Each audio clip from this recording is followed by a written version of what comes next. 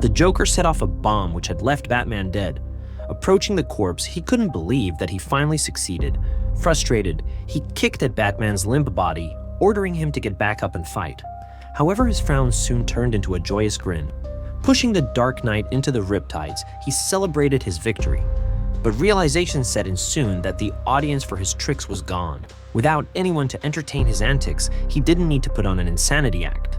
The Joker decided to give up his performance and get a normal job like everyone else. Days had passed, and the Joker and Batman seemed to have disappeared from the media's eye. Criticized for leaving such a criminal at large, Jim Gordon could do nothing but watch as he wondered where the Dark Knight could have possibly gone. Meanwhile, a terrifying nightmare reminded Joseph Kerr of his past life. Waking up in a cold sweat, Joseph now had a new life as an employee at a reputable accounting firm with a loving partner. He was even on medication for his skin condition and had some money left over from his inheritance. Joseph had everything he ever could have dreamt of. However, his days as the Killing Joke still haunted him.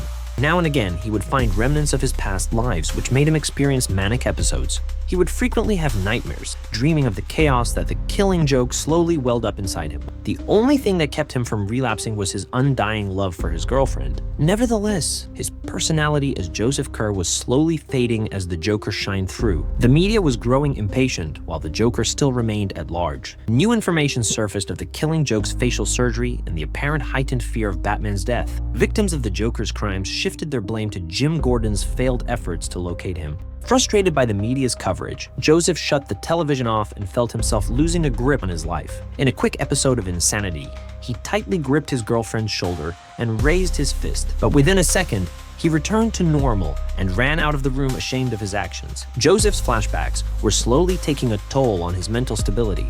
Meanwhile, two kids in a town hundreds of miles away from Gotham found a badly injured corpse at the end of a river. Upon further inspection, they realized that he was still alive. Batman was badly injured with a shattered thigh and broken ribs. They took Bruce into a house nearby, hoping to find some way to save him. A week passed, and Bruce groggily opened his eyes to see a beautiful woman sitting before him. She informed him that she was a doctor who barely managed to save him from near death. Despite his state, Bruce tried his best to get up. Pain flashed throughout his body, marking the beginning of a long and hard rehabilitation.